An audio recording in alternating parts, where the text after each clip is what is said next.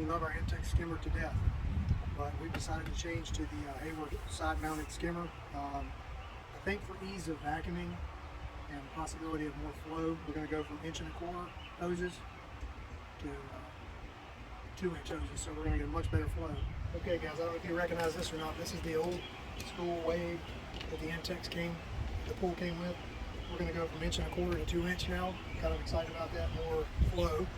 I've had a couple of comments, comment section before that says, you know, we're restricted here so much and we should get rid of this. So we're finally going to get rid of this. But in the meantime, I'm going to reuse this. I'm going to reuse one of my hoses. I'm going to take it off, and what I'm going to do is I'm going to go over and target to where I've got the pump already set up. As you can see over here. Also what I'm going to do is I'm going to use this like so. I've said this before guys, hand tight. Like that. It's going to be my cutoff valve now.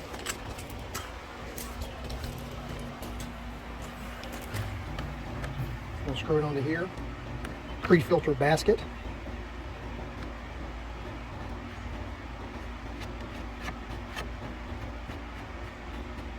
I'll leave it kind of loose for now, just so I can use it to target. I don't want to try to break or anything. I'm going to use it so it's movable. And then what I'm going to do is use this as a target. And the skimmer is going to go somewhere right in here. So that's where we're going to plan to put the skimmer. Okay, actually guys, I said I was going to put it over here, but I think what I'm going to do now is I'm going to move it to right here. It's going to be a little closer to the pump. I don't think it's really going to matter either way. So it's a non-collapsible hose. As long as you don't tie it in a figure 8 or anything like that, it should be fine. So this is where we're going to go with that. Also, in doing some research, this is the adapter kit that we're going to use for this skimmer. Instead of clamping a hose on the outside, using this adapter piece that they gave with us. I didn't want to put a hose on the outside and clamp it, so my resolve was I did a little extra research, and this will screw right into the bottom of this. Don't forget, we're going to put a lot of Teflon tape on the inside. Your gasket's going to go right here, and then your 2" hose should go right to there. And you're not going to use this piece. Well, this is just spare. This is a spare one for in case we need it. But okay, and on the back, just in case anybody wants to know, this was made by Game LLC. In several rounds to make it nice and thick. So it screws in very nice. 4, 5, 6 rounds should be enough. Go ahead and put this in here.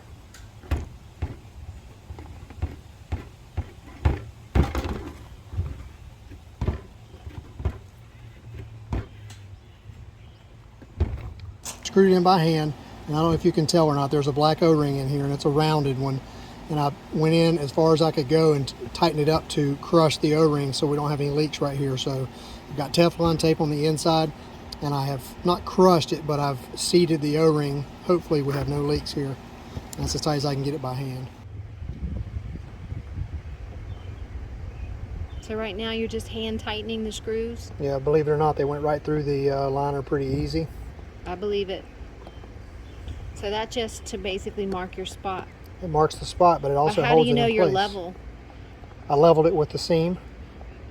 Eyeballed it, which is pretty close. Just kind of screw them in a little bit just to kind of help hold. And then what we're going to do now is go get the other screws and start putting them through there. So it sends you 2 different styles. These are chamfered. I'm not sure what these are called, but they're rounded. We're not going to use these. We're going to use these, the chamfered ones, because the plate on the inside of the pool is flush, and once you screw everything in, it'll be flush. So these are the ones we're going to use. As you can see, I'm using the sharp pointy wood screws here. These I just could not get to go through the liner, so it's either that. I think it's easier to center everything up with this journey holes and just kind of trade them out one for one. That's the way I'm going to do it. It works for me, so.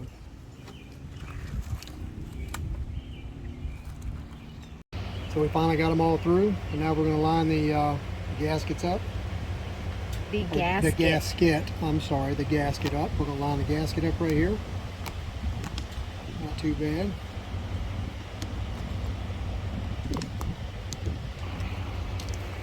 So all you guys and gals that are stressed out about doing this, we were in the same boat. It's been what, 3 years now? We've been using that above ground skimmer.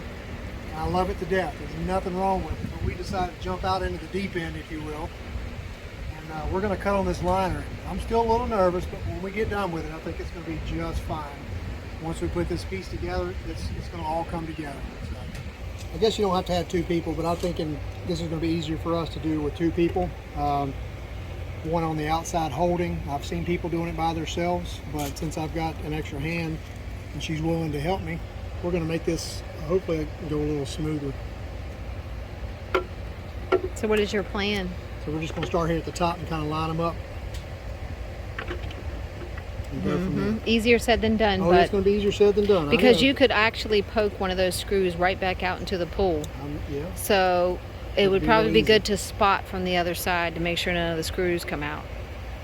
Thing hand tight, as you can see. We did it by hand with a screwdriver, and it was painstaking, but I didn't want to ream out any of the screws. I've seen people using you know, drills or whatever. I didn't want to do that. So here we are. We're getting ready to cut this thing. Wish us luck.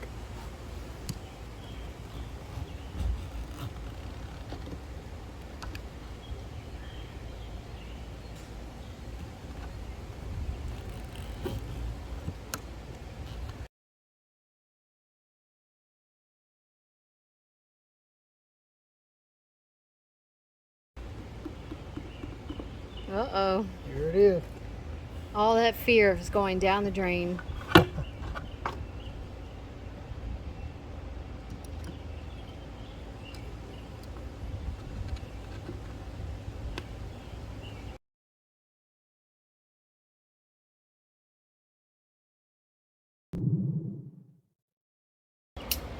Peekaboo. We can see you now. Right through. This is what the seams look like on the outside. It's a little tight at the top, but overall, everything is looking good. Everything's going to work out just fine. And it's going to float. It's got styrofoam on the back. It'll float like this and hopefully keep all the bugs that it pulls in there. Now we're going to put the basket in.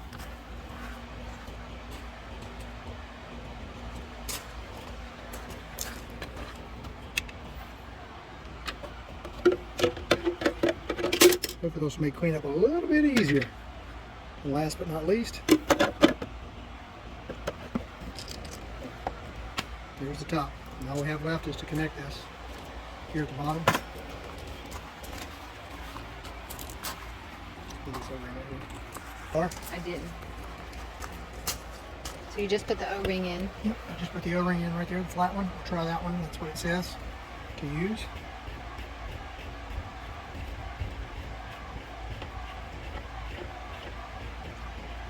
We should be connected once we get water in the pool. Open the valves up, everything should flow into here.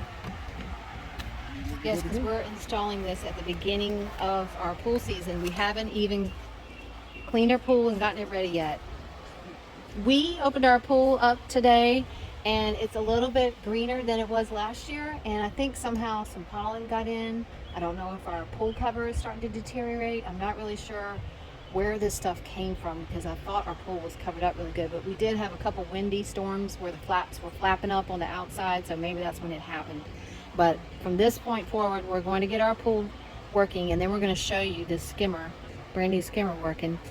And the great thing about the skimmer is from now on we'll be able to put the vacuum cleaner attachment in it, and we have another new item to introduce to you in another video that's going to attach to this skimmer that's going to make things a lot easier. Okay, so I got so overexcited about having this on, I forgot to caulk it before I added the water. So I was continuing to add water for the season, and what really happened was I had a small drip, like a drip an hour right here on the corner. So I went ahead and I went underneath and came around.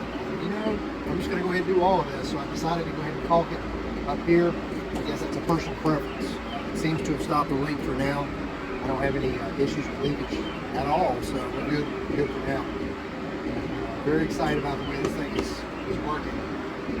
We went from the old setup to where we had 1.25" hoses and only 1 1/4" hose pulling to now to a 2 inch. And we had some some comments about that, which we appreciate the information, and it actually was true. We have so much better flow with a 2-inch hose now versus a 1 3/4 inch, or yeah, 1 3/4 inch hose. No, I'm sorry, 1 1/4 inch hose. My bad. So it's a big increase in volume. This thing is like a jet engine. It's working a lot smoother now. And I don't know if you can see or not, I can tell. I'll open this up for you and look. That's what it looks like when it's in operation. Nice swirl. When I first turned it on, crazy amounts of water came through. So far so good. So look guys, I was scared to death of this, cutting into my perfectly sealed unit here. I did not want to cut into this, and I continued to use the over-the-counter, the rail Intex strainer. Sorry. Continued to use the overboard suction, but I'll tell you what, I enjoyed that. It really worked well. It did its trick. The only thing I had issues with, sometimes the little blow-up balls would come over and get stuck on top of it, so we'd have to move it away or whatever. But other than that, it worked really well. But it was still, once again, only pulling from 1 1/4 hose. Here we're pulling from 2-inch hose. Much better. I got over the fear finally. I did enough research. I went with it, and it's the best thing that we've done, I think, improvement-wise, besides maybe the sand filter and the salt water as of yet.